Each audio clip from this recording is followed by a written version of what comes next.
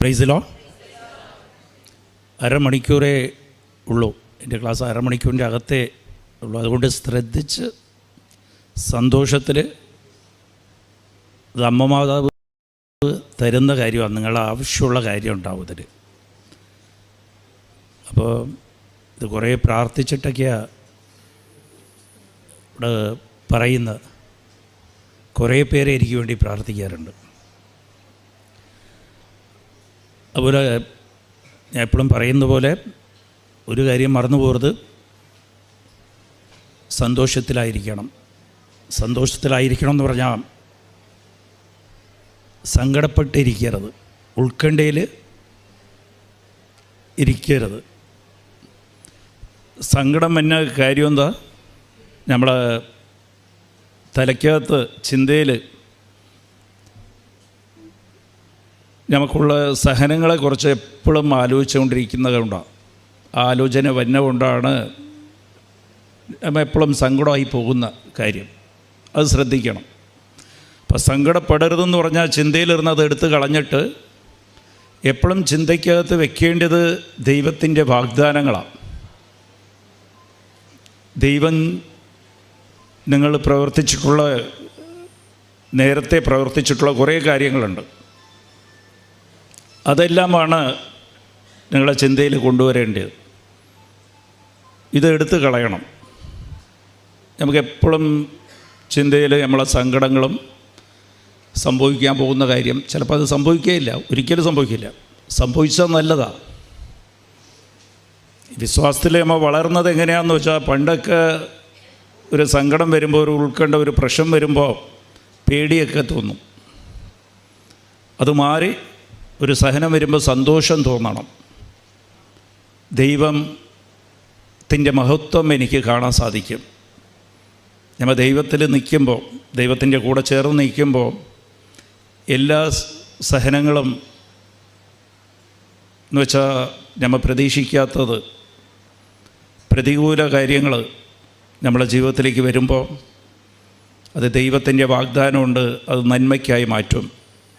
അതുമാത്രമല്ല, അത് മഹത്വത്തിനായി ദൈവം മാറ്റിത്തരും. ദൈവമഹത്വം നമുക്ക് കാണാൻ സാധിക്കും. അപ്പോൾ ആ രീതിയിലാണ് നിങ്ങളെ പ്രശ്നത്തിനെ എടുക്കേണ്ടത്. അപ്പോൾ ഉടമ്പടിയിലായിരിക്കുമ്പോൾ നിങ്ങൾ ശ്രദ്ധിക്കേണ്ട കാര്യം, ഇത് സന്തോഷിക്കേണ്ട കാര്യം, അതിൽ വലിയ ഫോർമാലിറ്റീസിലേക്ക് പോകരുത്. ഇതൊരു ജീവിതമാണ്. നമ്മൾ വീണ്ടും ദൈവത്തിലേക്ക് അടുക്കുക. ഇത് ഇപ്പോൾ ഉടമ്പടിയിലേക്ക് വരുമ്പോഴത്തേക്കുള്ള പ്രത്യേകത, നേരത്തെ തൊട്ട് തന്നെ മനുഷ്യരോട് ദൈവം ഉടമ്പടി ചെയ്തിട്ടുണ്ട്. പക്ഷേ ഇപ്പോൾ മധ്യസ്ഥമായിട്ട് അമ്മയെ നമുക്ക് തന്നിട്ടുണ്ട്. അപ്പോൾ അമ്മയുടെ സഹായം എപ്പോഴും ഉണ്ടാകും. അമ്മയുടെ സാന്നിധ്യം എപ്പോഴും ഉടമ്പടി എടുക്കുന്നവരുടെ കൂടെ ഉണ്ടാകും, സഹായിക്കും. അമ്മ നയിക്കും, നമ്മുടെ ജീവിതത്തെ നയിച്ചു തരും. ആ ഒരു സന്തോഷത്തിലായിരിക്കുക. അപ്പം ഞാൻ ഉടമ്പടിയിലാണ്, അത് തന്നെ മതി. ഞാൻ ദൈവത്തിൻ്റെ കൂടെയാണ്, ദൈവം എൻ്റെ കൂടെയുണ്ട്. അപ്പോൾ ഞാൻ ദൈവമായിട്ടുള്ളൊരു കോൺട്രാക്റ്റിലാണ്. അപ്പോൾ ദൈവത്തിൻ്റെ മകനും മകളുമാണ്. പിന്നെ ഇതിൽ ശ്രദ്ധിക്കേണ്ടത്, ഇതിലെല്ലാം ഒറ്റ കാര്യമുള്ളൂ, ഈ പ്രാർത്ഥനാ പുസ്തകം മാത്രമില്ല ഉടമ്പടി. നമ്മൾ കാലത്തെ എണിച്ച് 5 മണിക്ക് ചൊല്ലുന്ന പ്രാർത്ഥന ഇല്ല. പലവരും തെറ്റിദ്ധരിച്ചിരിക്കുക. ഈ മെഴുതിരി കത്തിച്ച് പ്രാർത്ഥന ചൊല്ലിക്കഴിഞ്ഞാൽ ഉടമ്പടിയായിന്ന് ഇല്ല. വചനം കൂടുതൽ ശ്രദ്ധിക്കണം. നിങ്ങൾക്ക് ഒരു സെലക്ഷൻ കിട്ടിയിരിക്കുക. പണ്ട് നിങ്ങൾ പാഠപുസ്തകം പഠിച്ചുകൊണ്ടിരുന്നത് 10ാം ക്ലാസ്സിലേക്കാണെങ്കിൽ 10ാം ക്ലാസ്സോ 8ാം ക്ലാസ് പാസ്സാകാൻ വേണ്ടിയിട്ടായിരിക്കും നമ്മൾ വചനം വായിച്ചത്. അത് പാഠപുസ്തകമാണെങ്കിൽ ഇപ്പോൾ നിങ്ങൾ IAS തിരഞ്ഞെടുത്തിരിക്കുക. അല്ല, ദൈവത്തിൻ്റെ ജോലിക്കാരായിട്ട്, ദാസനും ദാസിയായിട്ട് തിരഞ്ഞെടുത്തിരിക്കുക. അതിനു വേണ്ടി ജോലി ചെയ്യണം. ഉടമ്പടിയിലുള്ളവരെല്ലാം ദൈവത്തിൻ്റെ വിളി ഉണ്ട്. ദൈവ ജോലിക്ക് വേണ്ടി ദൈവം നമ്മളെ വിളിച്ചിരിക്കുക. ആ ഒരു സന്തോഷം നമുക്കുണ്ടാകണം, ആ ഒരു ബോധ്യം നമുക്കുണ്ടാകണം. അവബോധം ഉണ്ടാകണം. അപ്പോൾ അത് ശ്രദ്ധിക്കേണ്ടത് നമ്മൾ ദൈവത്തിൻ്റെ കൂടെ ചേർന്ന് നിൽക്കണം. അത് യോഹന്നാൻ ഇത് ശ്രദ്ധിച്ച് കേൾക്കണം. ഞാൻ പറയണം 15:7 ഈശോ പറയണത്, നീ എന്നിലും എൻ്റെ വചനം നിന്നിലും ഉണ്ടെങ്കിൽ നീ എന്ത് ചോദിച്ചാലും, നീ ആഗ്രഹിക്കുന്നത് ചോദിച്ചാലും ഞാൻ നിനക്ക് തരും. ഇത് നമ്മൾ കുറേ കേട്ടിട്ടുണ്ട്. അപ്പോൾ എന്ത് ചോദിച്ചാലും കിട്ടുക, ഞാൻ ആഗ്രഹിക്കുന്ന എന്ത് ചോദിച്ചാലും കിട്ടുക. ദൈവത്തിൻ്റെ കൂടെ ചേർന്ന് നിൽക്കുമ്പോൾ നിനക്ക് നന്മയുള്ളത് മാത്രമേ നീ ആഗ്രഹിക്കൂ. അത് ദൈവം നിനക്ക് പറഞ്ഞു തരും. നീ ഇത് ആഗ്രഹിക്കുക. ആഗ്രഹത്തിൻ്റെ നിയന്ത്രണം ദൈവത്തിൻ്റെ കയ്യിലായിരിക്കും. അത് ദൈവത്തിൻ്റെ പദ്ധതി അനുസരിച്ചായിരിക്കും. ജെറമ്യ 29:11 ദൈവം വാഗ്ദാനം ചെയ്തിട്ടുള്ളത്, എനിക്ക് നിന്നെക്കുറിച്ചൊരു പദ്ധതിയുണ്ട്, അത് നിൻ്റെ നന്മയ്ക്കായിരിക്കും, ഏറ്റവും നന്മയ്ക്കായിരിക്കും. നിൻ്റെ അച്ഛനോ അമ്മയോ നിന്നെക്കുറിച്ചുള്ള പദ്ധതി, നിന്നെക്കുറിച്ചുള്ള പദ്ധതി കാളും ഏറ്റവും നല്ല പദ്ധതിയായിരിക്കും. അത് ദൈവത്തിൻ്റെ കൂടെ ചേർന്ന് നിൽക്കുമ്പോൾ, കൊളോഷ്യർ 2:10 പറയുന്നത്, ദൈവത്തിൻ്റെ കൂടെ ചേർന്ന് നിൽക്കുമ്പോൾ നിനക്ക് നിൻ്റെ ജീവിതം പരിപൂർണതയിൽ അനുഭവിക്കാൻ സാധിക്കും. നമുക്ക് പലവർക്കും അറിയില്ല ഞാൻ എന്ത് ജീവിതമാണ് ജീവിക്കുന്നത്, സന്തോഷം എന്താണെന്നറിയില്ല, സമാധാനം എന്താണെന്നറിയില്ല. ജീവിതത്തിൻ്റെ പരിപൂർണതയിൽ ജീവിക്കാൻ സാധിക്കും ദൈവത്തിൻ്റെ കൂടെ ജീവിക്കുമ്പോൾ. എപ്പോഴും തൃപ്തിയും സന്തോഷമായിരിക്കും, നിറഞ്ഞു നിൽക്കും, പേടിയുണ്ടാകില്ല, സംരക്ഷണമാണ്. അതാണ്, ഒന്നിനെക്കുറിച്ചൊരു പേടിയില്ല, ഉത്കണ്ഠയില്ല. അതൊക്കെ ദൈവം നോക്കിക്കോളും. എൻ്റെ കാര്യമേ ഇല്ല. കാലത്ത് എണീക്കുക, സമർപ്പിക്കുക, നടക്കുക. അത് നീ നിൻ്റെ കണ്ണുകൊണ്ട് കാണാൻ സാധിക്കും. ദൈവം നിന്നെ വഴി നടത്തുന്നത്, നയിക്കുന്നത് നിനക്ക് കാണാൻ സാധിക്കും. അതാണ് ദൈവരാജ്യത്തിൽ ജീവിക്കുക എന്ന് പറയുന്നത്. ദൈവമാണ് നിന്നെ രാജ്യം ചെയ്യണം. ദൈവത്തിൻ്റെ നിയന്ത്രണത്തിലാണ് നീ ജീവിക്കുന്നത്. ദൈവത്തിൻ്റെ ഇഷ്ടം നിന്നിലും ദൈവം നിറവേറ്റും. അതിൽ തടസ്സം നിൽക്കുന്ന വേറെ ആരുമില്ല, നമ്മൾ തന്നെയാണ്. ദൈവത്തിൻ്റെ ഇഷ്ടം, നമ്മളോടുള്ള ഇഷ്ടം നിറവേറ്റാൻ തടസ്സം നിൽക്കുന്നത് നമ്മൾ തന്നെയാണ്, വേറെ ആരുമില്ല. അപ്പം നമ്മൾ തന്നെ അനുവദിച്ചു കൊടുക്കണം. നമ്മൾ എപ്പോഴും ദൈവത്തിൻ്റെ നിയന്ത്രണത്തിൽ ദൈവം രാജ്യം ചെയ്യാൻ അനുവദിച്ചു കൊടുക്കണം. അതാണ് ദൈവരാജ്യത്തിൻ്റെ അകത്തായിരിക്കണം. ദൈവരാജ്യത്തിൻ്റെ അകത്താവുമ്പോൾ നീ ദൈവത്തിൻ്റെ അകത്താണ്. ഞാൻ എന്നിലും, ദൈവം നമ്മളുടെ അകത്താണ്. അപ്പോൾ അതിന് ചെയ്യേണ്ടത് ദൈവരാജ്യത്തിൻ്റെ അകത്ത് പ്രവേശിക്കപ്പെടണം. എന്ന് വെച്ചാൽ ദൈവത്തിൻ്റെ ഇഷ്ടം ദൈവം നമ്മളിൽ നടപ്പിലാക്കണം. പലവരും നമ്മളെല്ലാവരും തടസ്സം നിൽക്കുക. ദൈവത്തിന് വലിയ ആഗ്രഹം, എൻ്റെ മകനെയും മകളെയും അവൻ ജീവിതത്തിൻ്റെ പരിപൂർണത അനുഭവിക്കണമെന്ന് ആഗ്രഹമുണ്ട്. പക്ഷെ അത് നമ്മൾ തന്നെ തടസ്സം നിൽക്കുക അതിന്. അപ്പോൾ അത് ദൈവരാജ്യത്തിലേക്ക് പ്രവേശിക്കണമെങ്കിൽ എന്ത് ചെയ്യണം? ദൈവരാജ്യത്തിൽ വലുതാകണമെന്ന് വെച്ചാൽ ദൈവം ഏറ്റവും കൂടുതൽ ദൈവത്തിന് അനുവദിച്ചു കൊടുക്കണം. ദൈവം എല്ലാം നമ്മളെ രാജ്യം ചെയ്യാൻ അനുവദിച്ചു കൊടുക്കണം. അത് മത്തായി 18:3 പറയണം. നീ ശിശുവിനെ പോലെ, ഇന്നത്തെ വായന അതാണ്, നീ ശിശുവിനെ പോലെ ആകണം, എന്നാൽ നീ ദൈവരാജ്യത്തിൽ വലുതായിരിക്കും. കുഞ്ഞിനെ പോലെ മാറണം. അങ്ങനെ മാറിക്കഴിഞ്ഞാൽ നമുക്ക് അത് നമ്മളിപ്പോൾ ധ്യാനിക്കാം. അങ്ങനെ മാറിക്കഴിഞ്ഞാൽ നിനക്കറിയാൻ പറ്റും ദൈവം നിൻ്റെ കൂടെ നടക്കുന്നതും.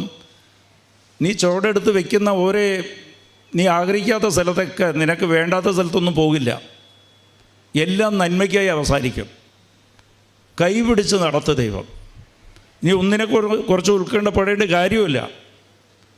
വലിയ സുഖമാണ് ജീവിതം, വലിയ സന്തോഷമാണ് ഞാൻ അനുഭവിക്കേണ്ടത്. പക്ഷേ പ്രശ്നങ്ങളൊക്കെ ഇങ്ങനെ ക്യൂവിലുണ്ടാവും.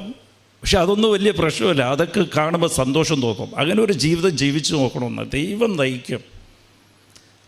ഈ എത്ര പേരെ എതിർ നിന്നോട്ടെ, എന്തൊക്കെ പ്രതികൂല സാഹചര്യങ്ങൾ നിൻ്റെ മുമ്പിൽ ഒന്നിക്കട്ടെ, അതെല്ലാം കുറച്ച് കഴിഞ്ഞാൽ നമുക്ക് വിശ്വസിക്കാൻ സാധിക്കില്ല. അതെല്ലാം നന്മയ്ക്കായിട്ട് മാറും. അങ്ങനെ ഒരു ജീവിതമുണ്ട്. ആ ജീവിതമാണ് ദൈവം വാഗ്ദാനം തന്നിരിക്കുന്നത്. അത് ജീവിക്കണം. ഇല്ലാതെ നമ്മൾ തന്നെ കുറച്ച് ലിസ്റ്റ് എഴുതി വെച്ച് ഒരു ആഗ്രഹത്തിൻ്റെ പുറത്ത്, അതിലുള്ള പ്രശ്നം ഇതാണ്. അതിൽ കാര്യം എന്താണെന്ന് വെച്ചാൽ, അത് ദൈവത്തിൻ്റെ ഇഷ്ടം ഉണ്ടാകില്ല. നമ്മൾ ഇപ്പം ചോദിക്കുന്നതിൽ പലതും, നമ്മൾ ആഗ്രഹിക്കുന്നത് പലതും കുറച്ച് കഴിഞ്ഞാൽ നമുക്കത് ആവശ്യം ഉണ്ടാകില്ല. അത് നമുക്ക് തന്നെ വെറുപ്പായിട്ട് തോന്നും. അപ്പോൾ ശിശുവായിട്ട് മാറണം. അത് സിമ്പിളാണ്, വളരെ സിമ്പിളാണ്.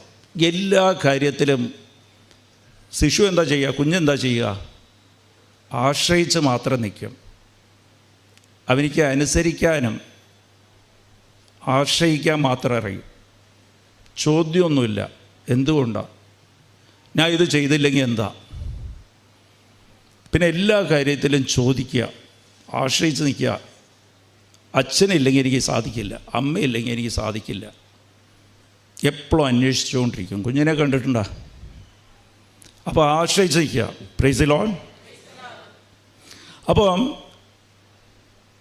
അത് സീറാക്ക് പ്രഭാഷകൻ 2:3 പറയണത്, നീ എപ്പോഴും ദൈവത്തെ വിട്ട് മാറിപ്പോകരുത്.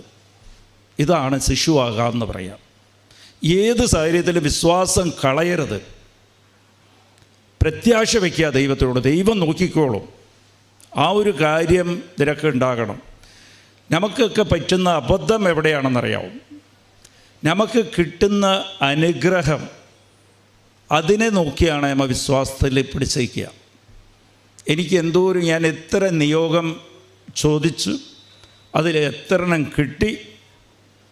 അപ്പോൾ ഒരെണ്ണം കിട്ടിക്കഴിഞ്ഞാൽ ഞാൻ അതിലേക്ക് പിടിച്ചു വയ്ക്കും. അതാണ് വിശ്വാസം എന്ന് വിചാരിച്ച് അതിൽ നിൽക്കും. അപ്പോൾ അതിൽ സംഭവിക്കുന്നത് എന്താണെന്ന് വെച്ചാൽ, നമ്മൾ 6 നിയോഗം എഴുതി, 5 എണ്ണം കിട്ടി. അപ്പോൾ വിശ്വാസത്തിൻ്റെ ലെവൽ അങ്ങോട്ട് ഗ്രേഡ് കൂടി. 6ാമത്തെ കിട്ടിയില്ലെങ്കിൽ അങ്ങോട്ട് 0യിലേക്ക് വന്ന്, പിന്നെ മൈനസിലേക്ക് വന്ന്, പിന്നെ വേറെ സ്ഥലം അന്വേഷിച്ച്, വേറെ ഏതെങ്കിലും രീതി ഉണ്ടാകുന്ന അന്വേഷിച്ച് പോകും. എന്നിട്ട് പിശാച് മനസ്സിൽ തോന്നിപ്പിക്കുക, ഈ 5 എണ്ണവും കിട്ടിയത് അത് അബദ്ധവശാൽ കിട്ടിയതാണ്. ഇതിൽ ശ്രദ്ധിക്കേണ്ട കാര്യം, ദൈവത്തിൻ്റെ മനസ്സ് നമ്മൾ പഠിക്കണം. ഇന്ന് ഞാൻ പറയാൻ പോകുന്ന ചെറിയ കാര്യമാണെങ്കിൽ അത് നിങ്ങൾ ശ്രദ്ധിക്കണം. നമുക്ക് കിട്ടുന്ന അനുഗ്രഹം തന്നെ അത് എടുത്തിട്ട് ദൈവം ക്വസ്റ്റ്യൻ പേപ്പറാക്കും, എക്സാമിനേഷൻ വയ്ക്കും, ടെസ്റ്റ് വയ്ക്കും.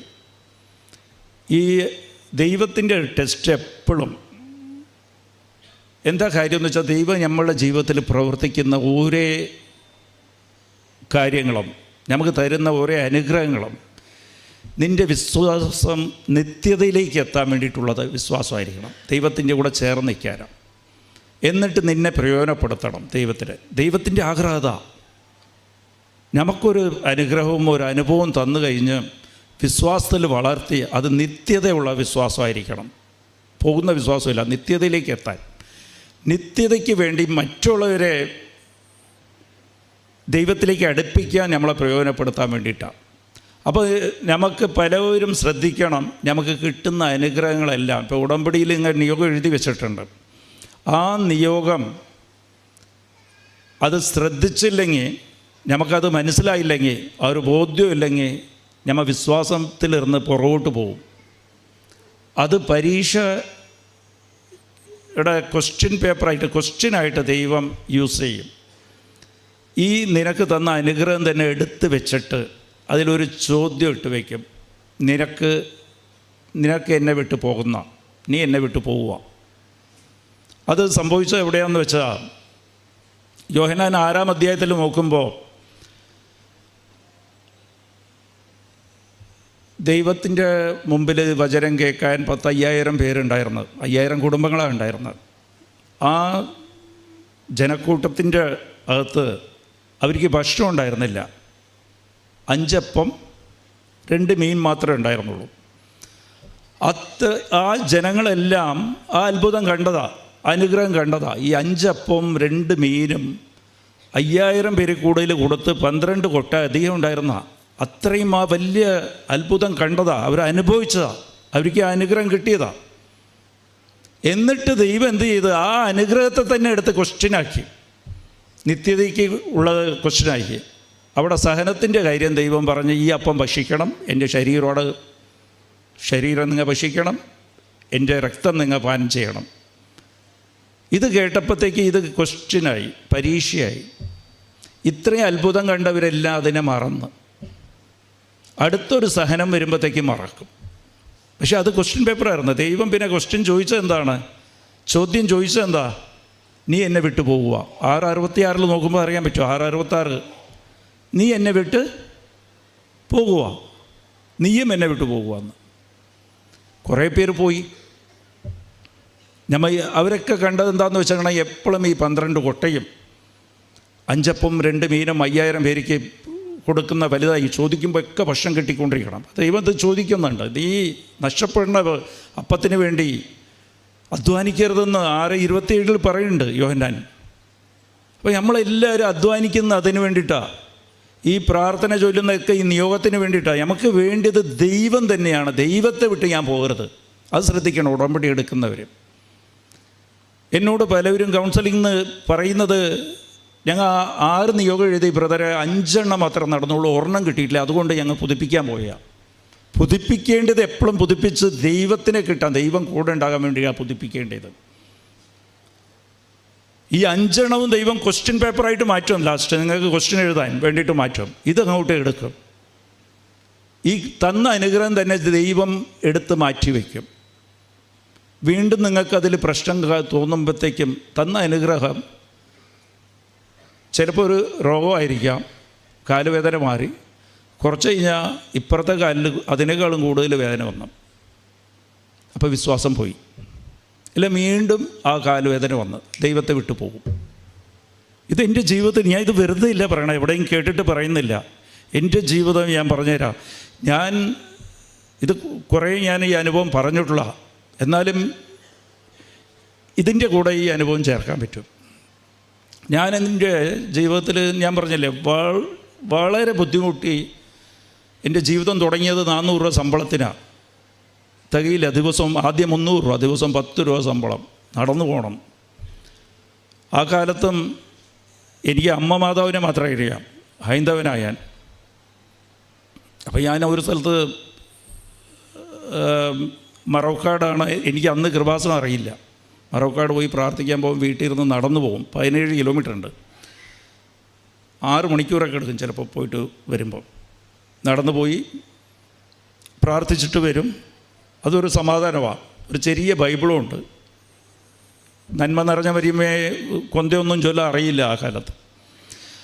അങ്ങനെ ഒരു ശീലമായിരുന്നു. പിന്നെ കുറേ കഴിഞ്ഞ്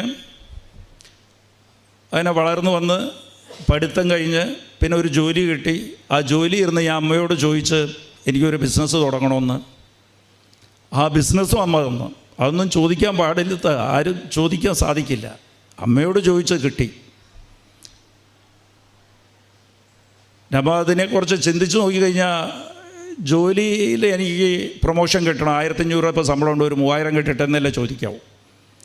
ഞാൻ ചോദിച്ച ബിസിനസ് എന്ന് പറഞ്ഞാൽ എൻ്റെ കയ്യിൽ 1000 രൂപ പോലും എടുക്കാനില്ല. ഒരു രജിസ്ട്രേഷൻ എടുക്കണമെങ്കിൽ 5000 രൂപ വേണം, അതുമില്ല.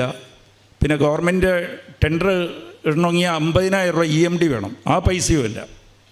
പക്ഷെ അമ്മ അതെല്ലാം റെഡിയാക്കി തന്നു. ഒരു പൈസ ഇല്ലാതെ തന്നെ വേറെ ആളെ എനിക്കൊന്ന് മുട്ടിച്ച് തന്നാൽ അവർ തന്നെ എനിക്ക് പൈസ ഇട്ടിട്ട് കമ്മീഷനിൽ ബിസിനസ് ചെയ്യാൻ തുടങ്ങി. അങ്ങനെ എൻ്റെ പേരിൽ ബിസിനസ്സായി. അപ്പോൾ എനിക്ക് വലിയ സന്തോഷമാണ്. എപ്പോഴും പോകും. നടന്നു പോയിക്കൊണ്ടിരുന്ന പിന്നെ സൈക്കിൾ വാങ്ങിച്ച്, പിന്നെ ബൈക്ക് വാങ്ങിച്ച് അതിനെ അമ്മയുടെ അടുത്ത് പോകുമായിരുന്നു. അങ്ങനെ പോകുമ്പോൾ ഞാൻ ബിസിനസ് തുടങ്ങിക്കഴിഞ്ഞ് പിന്നെ പോകുമ്പോൾ ഞാൻ നോക്കുമ്പോൾ എൻ്റെ ഒരു സുഹൃത്ത്, അവിടെ ഞാൻ പരിചയപ്പെട്ട ആൾ, എപ്പോഴും അവിടെ ഈ കല്ലും വെച്ചുകൊണ്ട്, മെറ്റൽ കല്ലില്ലേ, ചെറിയ കല്ല് വെച്ച് അതിൽ മുട്ടിപ്പേ നിൽക്കും. അപ്പോൾ എനിക്ക് ഭയങ്കര വിശ്വാസം അയാളെ കാണുമ്പോൾ. ഇങ്ങനെ കൈയും മുകളിൽ വെച്ച് മുട്ടിപ്പേ നിന്ന് ഇങ്ങനെ പ്രാർത്ഥിക്കും, കൊന്ത ചൊല്ലും. എനിക്ക് കൊന്ത അറിയില്ല,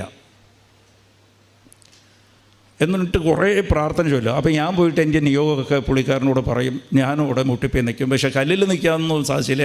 ട്രൈ ചെയ്ത് നോക്കി, ഭയങ്കര വേദന, ഞാൻ നിൽക്കില്ല. അപ്പോൾ അങ്ങനെ പ്രാർത്ഥിച്ച് ഒരു 3 കൊല്ലം ആയിട്ടുണ്ടാവും. ഞാൻ പോവും, ഇയാളെ പരിചയപ്പെടും, എൻ്റെ കാര്യങ്ങൾ പറയും, പ്രാർത്ഥിക്കും.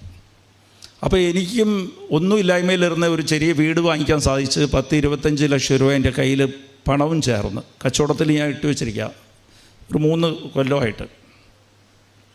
അപ്പോൾ ഇത്രയും കാര്യങ്ങൾ മാതാവ് നല്ല രീതിയിൽ നടത്തിക്കൊണ്ടിരിക്കുക. പിന്നെയാണ് ടെസ്റ്റ് പേപ്പർ വയ്ക്കണം. കിട്ടുന്ന അനുഗ്രഹം എന്താണ്? ഈ കച്ചവടം തന്ന്, ഈ ജീവിതം തന്ന്. ഒരു ദിവസം പോയപ്പോഴത്തേക്ക് ഇയാൾ എന്നോട് പറഞ്ഞ്, തൊട്ടടുത്തുള്ള ഇവിടുത്തെ ഒരു 3-4 കൊല്ലമായിട്ട് ഈ ഇടവകയായിട്ട് പ്രശ്നമായിട്ട് ഈ പള്ളിയിൽ പെരുന്നാൾ നടക്കുന്നില്ല. ഇപ്പോൾ പ്രശ്നം തീർന്ന് ഈ കൊല്ലം സെപ്റ്റംബറിൽ പെരുന്നാളാണ്, 8-ാം തീയതി പെരുന്നാളാണ്. പക്ഷേ സ്പോൺസർ ആരും കിട്ടിയിട്ടില്ല. വിജയകുമാർ ചെയ്യുവാന്ന് എന്നോട് ചോദിച്ചു. ഞാൻ പറഞ്ഞു ഞാൻ ഹൈന്ദവനല്ലേ, അപ്പോൾ അച്ഛനെ പോയി കാണാമെന്ന് പറഞ്ഞ് ഞങ്ങൾ രണ്ടുപേരും അവിടുത്തെ ഇടവക അച്ഛനെ പോയി കണ്ടപ്പോൾ അച്ഛനോട് പറഞ്ഞപ്പോൾ അച്ഛൻ പറഞ്ഞ് ചെയ്യാം, കുഴപ്പമില്ല, ഹൈന്ദവനല്ലേ, കുഴപ്പമില്ല, മാതാവിൽ വിശ്വാസമല്ലേ. അപ്പോൾ ഞാൻ ചോദിച്ചു എത്ര രൂപയാവുമെന്ന്. അപ്പോൾ ചോദിച്ചു ഒരു 50,000 രൂപ അടുപ്പിച്ചാവും ചിലവാകുമെന്ന്. അത് അപ്പം ചെയ്താൽ മതി എന്ന് പറഞ്ഞു. ഓക്കെ എന്ന് ഞാൻ പറഞ്ഞു. 50,000 മാതാവ് ഇത്രയും തന്നിട്ടില്ലേ എനിക്ക്. അപ്പോൾ 10-25 ലക്ഷം രൂപ ബിസിനസ്സിൽ കിടക്കുക. ഞാൻ 50,000 രൂപ എന്ന് പറഞ്ഞ് എഴുതി, എൻ്റെ പേര് എഴുതി, ഫോൺ നമ്പറൊക്കെ കൊടുത്ത് പോന്ന്. ഇത് കഴിഞ്ഞപ്പോഴാണ് ടെസ്റ്റ് പേപ്പർ മാതാവ് വയ്ക്കുന്നത്. ഞാൻ തന്നെ അനുഗ്രഹമില്ലേ, അനുഗ്രഹം ദൈവം തരുമ്പോൾ അത് ക്വസ്റ്റ്യൻ പേപ്പറായിട്ട് മാറും കേട്ടോ. അത് ചിലപ്പോൾ ദൈവം അതിലേക്ക് തന്നെ തൊടും. അത് ശ്രദ്ധിക്കണം. ഇതിൽ ആരൊക്കെയോ ഉണ്ട് പണ്ട് സാക്ഷ്യം പറഞ്ഞിട്ട് പ്രശ്നമായല്ലോ, അപ്പോൾ അത് അബദ്ധമായി പോയാൽ സാക്ഷ്യമില്ല, ഇതിലെന്ത് സത്യമുണ്ടെന്നൊക്കെ ചോദിക്കും. ഇല്ല, നിന്നെ ഇനിയും വളർത്താൻ വേണ്ടിയിട്ടാണ്. Praise the Lord. അപ്പോൾ ഞാൻ ഇങ്ങനെ എടുത്തു കഴിഞ്ഞപ്പോൾ 1 മാസം 1.5 മാസം ആയപ്പോൾ ഒരു ദിവസം ടെലിഗ്രാം വന്ന്, അന്നൊന്നും മെയിലില്ല, ടെലിഗ്രാം വീട്ടിലേക്ക് വന്ന് 65 ലക്ഷം രൂപ ഗവൺമെൻറ്റിലേക്ക് കെട്ടിവെക്കണം. ഞാൻ സപ്ലൈ ചെയ്ത സാധനം എല്ലാം മോശമാണ്, അത് കാലിത്തീറ്റയ്ക്കേ കൊടുക്കാൻ പറ്റുള്ളൂ എന്ന് പറഞ്ഞാൽ അവർ ആരൊക്കെയോ പ്രശ്നം ഉണ്ടാക്കിയിട്ട് എനിക്കെതിരെ പ്രശ്നം ഉണ്ടാക്കിയതാണ്. 65 ലക്ഷം രൂപ കെട്ടിയില്ലെങ്കിൽ കേസ് എടുക്കും, അറസ്റ്റാവുമെന്ന് പറഞ്ഞ് വന്നു. അന്ന് എൻ്റെ ഭാര്യ ഇവിടെ ഇല്ല, മോനെ പ്രസവിക്കാൻ നാട്ടിൽ പോയിരിക്കുക, ഞാൻ തനിച്ചാണ്. അപ്പോൾ ടെലിഗ്രാം വന്നറിഞ്ഞിട്ട് ഞാൻ ഇപ്പോൾ വീട്ടിൽ ഉണ്ടായിരുന്നില്ല. എന്നിട്ട് അത് പോയി സ്വീകരിച്ച അടുത്ത വീട്ടിൽ വാങ്ങിക്കാൻ പറഞ്ഞു. അത് പോയി നോക്കിയപ്പോഴത്തേക്ക് പ്രശ്നമായി. വിളിച്ചു ചോദിച്ചപ്പോഴത്തേക്ക് പ്രശ്നമാണെന്ന് പറഞ്ഞു. എനിക്ക് ഒരാളെ അറിയില്ല. ഞാൻ വാതിൽ തുറന്ന് അവിടെ മാതാവിൻ്റെ ഒരു രൂപമുണ്ട്, ചെറുത് രൂപമുണ്ട്.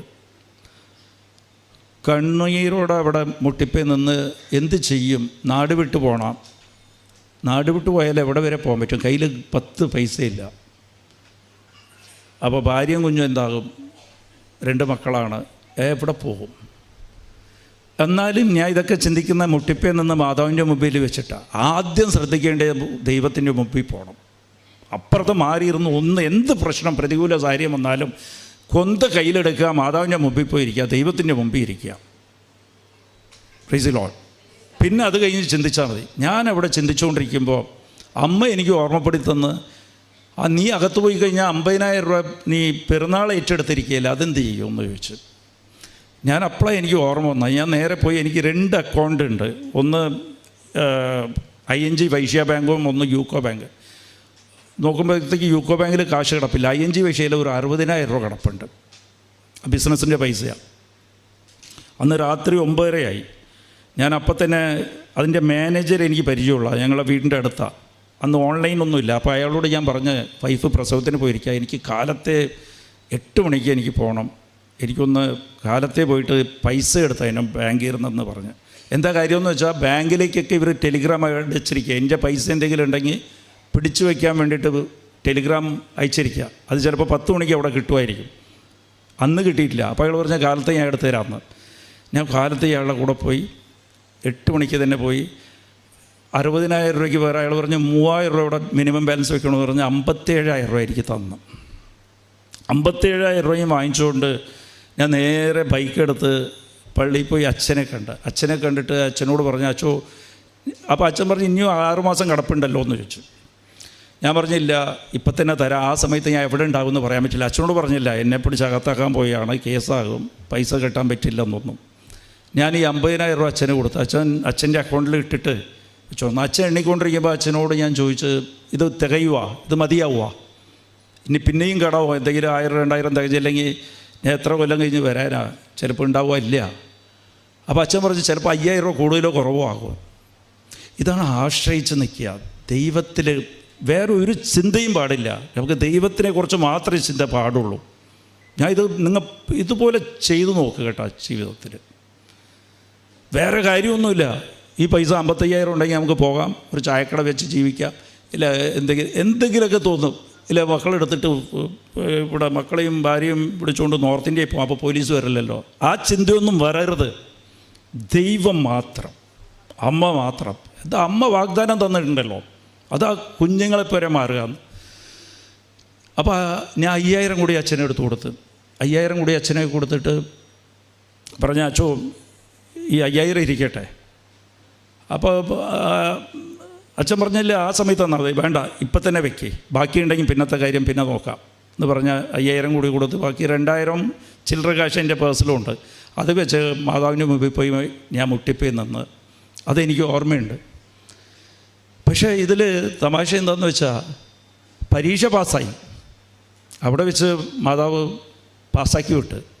പരീക്ഷ പാസ്സായി ഈ അനുഗ്രഹത്തെ എടുത്താണ് ക്വസ്റ്റ്യൻ പേപ്പർ സെറ്റ് ചെയ്ത അനുഗ്രഹം എനിക്ക് 100 ഇരട്ടിയായിട്ട് തിരിച്ചു തന്നു. അടുത്ത മാസം എൻ്റെ കച്ചവടം നടന്ന് അത് ടോപ്പായി. അന്ന് വരെ ചെയ്ത കച്ചവടത്തിനേക്കാളും നമ്പർ 1 ആക്കി വിട്ട് അമ്മ മാതാവ്. അതൊക്കെ വേറെ വിഷയം. പക്ഷേ പെരുന്നാൾ വന്നപ്പോൾ എൻ്റെ മോൻ ജനിച്ച് മെയ് മാസമാണ് ജനിച്ചത്. അവൻ ജനിച്ചപ്പോൾ അവൻ്റെ കാലിൽ ചെറിയ പ്രശ്നമുണ്ടായിരുന്നു. അപ്പോൾ സെപ്റ്റംബറിൽ ഡോക്ടർ 3 മാസം കഴിഞ്ഞപ്പോൾ ഓപ്പറേഷൻ വെച്ചിരുന്നു. ഈ സെപ്റ്റംബർ 7-ാം തീയതി 8-ാം തീയതിയാണ് ഓപ്പറേഷൻ കറക്റ്റായിട്ട് സെറ്റ് ചെയ്തത്. അപ്പോൾ അന്ന് ഞാൻ ഉണ്ടാകണം, ഞാൻ ഒപ്പിട്ട് കൊടുക്കണം, ഞാൻ അവിടെ ഉണ്ടാകണം. അപ്പോൾ ഇവിടെ പെരുന്നാളിന് അച്ഛൻ എന്നെ വിളിച്ച്, അവിടെ പ്രസിദ്ധിയായിട്ട് നിൽക്കേണ്ടത് വിജയകുമാറാണ്, വിജയകുമാറല്ലേ സ്പോൺസർ ചെയ്തതെന്ന്. അപ്പോൾ ഞാൻ പറഞ്ഞു എനിക്ക് വരാൻ പറ്റില്ല ചോ, ഇന്ന് ഓപ്പറേഷനാണ്. എൻ്റെ സുഹൃത്തുണ്ട്, ആ സുഹൃത്തിനെ പ്രസിദ്ധിയായിട്ട് നിർത്തുക എന്ന് ഞാൻ പറഞ്ഞു. Praise the Lord. ഇത് എൻ്റെ കാര്യം നടന്ന് അമ്മ മാതാവിൻ്റെ കയ്യിൽ ഒരു ഫയൽ കൊടുത്തു കഴിഞ്ഞാൽ അത് ഫയലാണ്. നിങ്ങൾ ഉടമ്പടി കൊടുക്കുന്ന ഫയലൊക്കെ ഫയലാണ്, അതിൽ ഒന്നുപോലും എടുത്ത് കളയില്ല. ഈ പ്രസിദ്ധിയായിട്ട് എൻ്റെ ഫ്രണ്ടിനെ നിർത്തിയ ആ സുഹൃത്ത് ആ കല്ലിൽ നിൽക്കുമല്ലോ, മുട്ടിപ്പേ നിൽക്കുമല്ലോ, അയാൾ അന്ന് സ്റ്റേജിൽ കയറിയിട്ട് അന്ന് അയാൾ പറയണത് എൻ്റെ ജീവിതത്തിൽ, അയാൾ മീൻപിടുത്തക്കാരനാണ്, ദിവസം 100 രൂപ 150 രൂപ ശമ്പളമാണ്. അയാളുടെ ജീവിതത്തിൽ വലിയൊരു സ്വപ്നമായിരുന്നു എന്തെങ്കിലും ഒരു ദിവസം പെരുന്നാൾ നടത്തി അതിൻ്റെ പ്രസിദ്ധന്തിയായിട്ട് നിൽക്കണമെന്നുള്ളതായിരുന്നു. അയാൾ ആ സ്റ്റേജിലേക്ക് 3 കൊല്ലം ഞാൻ കല്ലിൽ നിന്നത് എന്നോട് പറഞ്ഞിട്ടേ ഇല്ല. മാതാവിന് മാത്രം അറിയാം ഞാൻ പ്രസിദ്ധിയാകണമെന്നുള്ളതായിരുന്നു. അതും മാതാവ് സഹായിച്ചു കൊടുത്ത്. Praise the Lord. നമ്മളെ അമ്മയുടെ രീതി ഇതാണ്. നമ്മൾ ഇതിൽ ഒരു സംശയം വേണ്ട. നമുക്ക് വേണ്ടി പ്രാർത്ഥിക്കാൻ അമ്മയുണ്ട്. അമ്മയ്ക്ക് ആ വഴിയെല്ലാം അറിയാം. എൻ്റെ ജീവിതത്തിൽ ഏറ്റവും വലിയ പ്രോബ്ലം കാര്യം കൂടി പറയാം. ഈ ഫയലെന്ന് പറയണ വലിയ വിഷയമാണ്. അമ്മ ഫയലാക്കി വയ്ക്കുന്നത്. അപ്പോൾ എനിക്കൊരു ഹോട്ടൽ അമ്മ തന്നായിരുന്നു, ഒരു 3 സ്റ്റാർ ഹോട്ടൽ. എന്നും തലവേദനയാണ്. പക്ഷെ അവിടെ ആ കൂടി എന്താണെന്ന് വെച്ചാൽ പ്രാർത്ഥന നടക്കും. അവിടുത്തെ ഹാളിൽ ഞങ്ങൾ പ്രാർത്ഥന നടത്തും. എന്നാലും സ്റ്റാഫിനെ കുറിച്ച് തലവേദനയാകുമ്പോഴത്തേക്കും ഞാൻ അവിടെ നിന്ന് ഇത് വിറ്റുപോകാൻ വേണ്ടി പ്രാർത്ഥിക്കും. വിൽക്കാൻ ബുദ്ധിമുട്ടാണ്. അവിടെ വിറ്റുപോകാൻ വേണ്ടി ഞാൻ പ്രാർത്ഥിക്കും. പകുതി വിലയും ചോദിക്കും. എന്നാൽ അതിലെങ്കിലും കൊടുക്കാമെന്ന് പറഞ്ഞാൽ പോകില്ല. പിന്നെ അതിലുള്ള കുഴപ്പം എന്താണെന്ന് വെച്ചാൽ ഞാൻ പ്രാർത്ഥിക്കാതിരിക്കുമ്പോൾ എനിക്ക് തോന്നും, ഞാൻ ആദ്യമൊക്കെ നല്ല മനസ്സോടെ പ്രാർത്ഥിക്കും, ഇത് വിറ്റ് പോട്ടെ. പിന്നെ ഇങ്ങനെ മനസ്സ് വരും, ഇത് വിറ്റ് പോയാൽ ഈ സിറ്റിക്ക് സെൻട്രലുള്ള സ്ഥലമല്ലേ, ശരിയാവുക എന്നിങ്ങനെ തോന്നും. അപ്പോൾ അതിൻ്റെ ഗ്രേഡ് അങ്ങോട്ട് കുറയ്ക്കും. വേണമെങ്കിൽ വിൽക്കട്ടെ, ഇല്ലെങ്കിൽ വിൽക്കേണ്ട, ഇല്ല ഇത് നന്നാക്കി താ, സ്റ്റാഫിനൊക്കെ നല്ലൊരു മാനേജറൊക്കെ താന്ന് പറയും. അപ്പോൾ പ്രാർത്ഥന ഡൈല്യൂട്ടായി. Praise the Lord. അപ്പോൾ പ്രാർത്ഥന ശരിയാകില്ല. എപ്പോഴും പ്രാർത്ഥിക്കാതിരിക്കും. പ്രാർത്ഥിക്കാൻ തുടങ്ങുന്നതൊക്കെ മര്യാദയ്ക്ക് തുടങ്ങും. അവസാനമാകുമ്പോഴത്തേക്കും എന്തിനാണ് ഞാൻ വിൽക്കണമെന്ന് പറയും. തീർന്നത് വിൽക്കേണ്ട ദൈവമേ എന്ന് പറയും. Praise the Lord. അങ്ങനെയായിപ്പോൾ നമ്മൾ ശ്രദ്ധിക്കണേ, പ്രാർത്ഥിക്കുമ്പോൾ ശ്രദ്ധിക്കണം, നിൻ്റെ ഇഷ്ടം നിറവേറട്ടെ എന്ന്. എന്നിട്ട് എൻ്റെ മനസ്സിലുണ്ടായിരുന്നത്, എന്നിട്ട് ചില സമയത്ത് വല്ലവരൊക്കെ വളരെ വില കുറച്ച് ചോദിക്കും. അപ്പോൾ തലവേദനയാകും, സ്റ്റാഫെല്ലാം പ്രശ്നം അവിടെ. എന്നിട്ട് ഞാൻ രാത്രിയൊക്കെ ചിലപ്പോൾ വിളിക്കാം, നീ പറഞ്ഞ വില തന്നെ താ, എടുക്കാമെന്ന് പറഞ്ഞാൽ ഇപ്പം വേണ്ടെന്ന് അവർ പറയും. Praise the Lord. അപ്പോൾ ഇങ്ങനെ ആയി. ഇതൊരു 6-7 കൊല്ലമായിട്ട് ഞാൻ പ്രാർത്ഥിക്കുക. അപ്പോഴാണ് ഇവിടെ ഇരുന്ന് എൻ്റെ മനസ്സിൽ പറയുക, അച്ഛൻ വന്ന് ഇവിടെ ഇരുന്ന് പ്രാർത്ഥിക്കണമെന്ന്. Praise the Lord. ജോസഫ് അച്ഛൻ. അച്ഛൻ വന്ന് ഞാൻ എപ്പോഴും പറയും, അച്ഛോ ഇത് വിൽക്കാൻ വേണ്ടി പ്രാർത്ഥിക്കണം. പക്ഷേ അവിടെ നിന്ന് അത് തടസ്സം നിൽക്കുക, ഹോട്ടലിൽ നിന്ന് പ്രാർത്ഥിക്കണം, അതിങ്ങനെ നിൽക്കുക. അപ്പോൾ മാതാവ് ആ ഫയൽ അങ്ങോട്ട് സ്വീകരിച്ചല്ലോ. അപ്പോൾ അതിന് വേണ്ടത്ര പ്രാർത്ഥന ഇവിടെ വേണം. അച്ഛന് കോവിഡ് കൊടുത്ത് അമ്മ മാതാവ്, പ്രൈസ് ദി ലോർഡ്. അപ്പോൾ അച്ഛൻ നേരെ കോവിഡ് വന്നപ്പോൾ കോവിഡിൽ അച്ഛൻ നേരെ അവിടെ വന്നു. അപ്പോൾ അവിടെ വന്ന് ടെസ്റ്റൊക്കെ എടുത്ത് കോവിഡ് പോസിറ്റീവാണ്. പോസിറ്റീവായപ്പോഴത്തേക്കും എനിക്ക് സങ്കടമുണ്ട്, പിന്നെ അച്ഛൻ ഹോട്ടലിൽ വന്ന് സന്തോഷമുണ്ട്. അച്ഛന് ഒരു റൂം, തനിയെ ഒരു റൂം കൊടുത്ത്, അവിടുത്തെ മെയിൻ റൂം അവിടെ കൊടുത്ത് അച്ഛനെ അവിടെ ആക്കി. എന്നിട്ട് ഞാൻ പറഞ്ഞു, അച്ഛൻ ഇവിടെ നിന്ന് പോകുമ്പോഴത്തേക്കും എനിക്ക് ഈ ഹോട്ടൽ വിറ്റിരിക്കണം കേട്ടോ, അച്ഛൻ ഇരുന്ന് പ്രാർത്ഥിക്കണം എനിക്ക്. അമ്മ മാതാവായിട്ട് കൊണ്ടുവന്ന അതിൻ്റെ ഇടയ്ക്ക് ഞാൻ ഇങ്ങനെ പറഞ്ഞ അച്ഛനോട്. അച്ഛൻ പറഞ്ഞു ശരി പ്രാർത്ഥിക്കാമെന്ന്. എന്നിട്ട് അച്ഛൻ പ്രാർത്ഥിക്കാൻ തുടങ്ങി. അപ്പോൾ എന്നോട് ബാക്കിൽ ഒരു വലിയ ഹോസ്പിറ്റലുണ്ട്, KG ഹോസ്പിറ്റൽ. അവർ ഒരു പ്രാവശ്യം വില പറഞ്ഞു. അവരോട് ഞാൻ ആളെ വിട്ട്, ഞാൻ ഇത് വേറെ ആൾക്ക് കൊടുക്കാൻ, നിങ്ങൾക്ക് വേണമെങ്കിൽ എടുത്തു. നടന്നില്ല. 5 ദിവസമായി. 5 ദിവസം കഴിഞ്ഞപ്പോൾ അച്ഛൻ ടെസ്റ്റ് എടുക്കാൻ പറഞ്ഞു. എന്നോട് പറഞ്ഞ് ആ KG ഹോസ്പിറ്റലിൽ വന്ന് കോവിഡ് ടെസ്റ്റ് എടുക്കുക, എനിക്ക് പോകണം, ഇവിടെ നിന്നിട്ട് കാര്യമില്ലെന്ന്. അപ്പോൾ എനിക്ക് വലിയ വിഷമം. എന്നിട്ട് വിറ്റില്ലോ, അഡ്വാൻസ് വന്നിട്ടില്ല. അപ്പോൾ ടെസ്റ്റ് എടുത്ത് അപ്പോൾ പോസിറ്റീവ്. 5 ദിവസം കഴിഞ്ഞപ്പോൾ പോസിറ്റീവ്. ഞാൻ പറഞ്ഞു പോസിറ്റീവാണ് കേട്ടോ, ഇപ്പോൾ പോകാൻ പറ്റില്ല. അവിടെ നിന്ന് മുട്ടിപ്പേർന്ന അച്ഛൻ. പിന്നെ ഞാൻ പറഞ്ഞു, ഇത് അഡ്വാൻസ് വാങ്ങിക്കാതെ അച്ഛൻ പോകരുത് പ്ലീസ്. അപ്പോൾ ഇനി 5 ദിവസം കഴിഞ്ഞ് നോക്കാമല്ലേ? അച്ഛൻ യെസ് എന്ന് പറയാം. എന്നിട്ട് അവിടെ അച്ഛൻ മുട്ടിപ്പേർന്ന് രാത്രി പോലെ 24 മണിക്കൂറല്ലേ ഹോട്ടലിൻ്റെ അകത്തല്ലേ ഇരിക്കുന്നത്. കൊന്ത ചൊല്ലി രാത്രിയൊക്കെ ഇരുന്ന് കൊന്തയാണ്. എന്നോട് പറയും, ഞാൻ ഇന്നലെ രാത്രി മൊത്തം എണിച്ചിരുന്ന് കൊന്ത ചൊല്ലി കേട്ടാ എന്ന് പറയും. അപ്പോൾ ഓക്കെ. എന്നിട്ട് ഞാൻ ഇങ്ങനെ KGക്കാരോട് ചോദിക്കും, അവരെടുത്തിട്ടില്ല, വന്നിട്ടില്ല. പിന്നെ 5 ദിവസം കഴിഞ്ഞ് 10 ദിവസമായി. പിന്നെ അച്ഛനെ ടെസ്റ്റ് ചെയ്ത് അപ്പോഴും പോസിറ്റീവ്. അച്ഛന് ഒരു സിംറ്റംസ് ഒന്നുമില്ല. പക്ഷേ ഈ സർട്ടിഫിക്കറ്റ് ഉണ്ടല്ലോ, നെഗറ്റീവ് എന്ന് പറഞ്ഞ് കിട്ടിയാലല്ലേ പോകാൻ പറ്റൂ. അപ്പോൾ അച്ഛൻ അവിടെ നിന്ന് പിന്നെയും പ്രാർത്ഥിച്ച്. ഇങ്ങനെ 25 ദിവസമായി. 24ാമത്തെ ദിവസമായപ്പോഴത്തേക്കും അവരെനിക്ക് 90 ലക്ഷത്തിൻ്റെ അഡ്വാൻസിൻ്റെ ചെക്ക് എഴുതി എനിക്ക് തന്ന്. പ്രാർത്ഥനയുടെ ഫലമാണ് ഞാൻ പറയുക, പ്രാർത്ഥന കൊണ്ട് നേടിയെടുക്കാൻ പറ്റും. 25ാം ദിവസം അച്ഛനെ ടെസ്റ്റ് ചെയ്തപ്പോഴത്തേക്കും നെഗറ്റീവായി. Praise the Lord. ഇത് ഒരു തീരുമാനമാണ്, ഒരു നിലപാടാണ് നമ്മൾ എടുക്കണം. ഉടമ്പടിയിലാണെങ്കിലും ഇങ്ങനെയാണ്, എനിക്ക് നീ മതി അമ്മ, ഈശോയെ നീ മാത്രം മതി എനിക്ക്. ഈ നിയോഗമൊക്കെ നിൽക്കട്ടെ, അതൊക്കെ നീ തരാതിരിക്കും. പക്ഷേ അത് ചോക്ലേറ്റ് തന്നെ പോലെയാണ്. പിള്ളേർക്ക് സ്കൂളിലേക്ക് LKGയിലേക്ക് വിളിക്കാൻ ചിലപ്പോൾ പോകുന്ന ദിവസം തന്നെ കുറച്ച് ചോക്ലേറ്റ്, ഐസ്ക്രീം ഇതൊക്കെ തരുമല്ലോ. ദൈവത്തിലേക്ക് അടുക്കാൻ വേണ്ടിയിട്ടാണ് ഈ നിയോഗങ്ങൾ. ആ നിയോഗത്തെ ശ്രദ്ധിക്കണം. നിയോഗം അനുഗ്രഹമായിട്ട് മാറുമ്പോഴത്തേക്ക് ദൈവം അത് ടെസ്റ്റ് പേപ്പറായിട്ട് മാറ്റുമ്പോഴത്തേക്കും പത്രോസ് പറഞ്ഞ പോലെ പേര്, ദൈവമേ നിന്നെ ജീവൻ തരുന്ന വചനം നിൻ്റെ അടുത്താണുള്ളത്, ഞാൻ എവിടെ പോകും? നീ എനിക്ക് നിത്യത, നീ ഇല്ലാതെ ഞാൻ എവിടെ പോകാനാണ്? എനിക്ക് ഒന്നുമില്ലെങ്കിലും നീ മതി ദൈവമേ, എനിക്ക് നിന്നെ വിട്ട് പോകാൻ സാധിക്കില്ല. അതാണ് യഥാർത്ഥത്തിൽ ഉടമ്പടി. ദൈവമായിട്ട് നിന്നെ വിട്ട് ഞാൻ പോകില്ല എന്ന് പറയുന്നതാണ് ഉടമ്പടി. Praise the Lord, praise the Lord.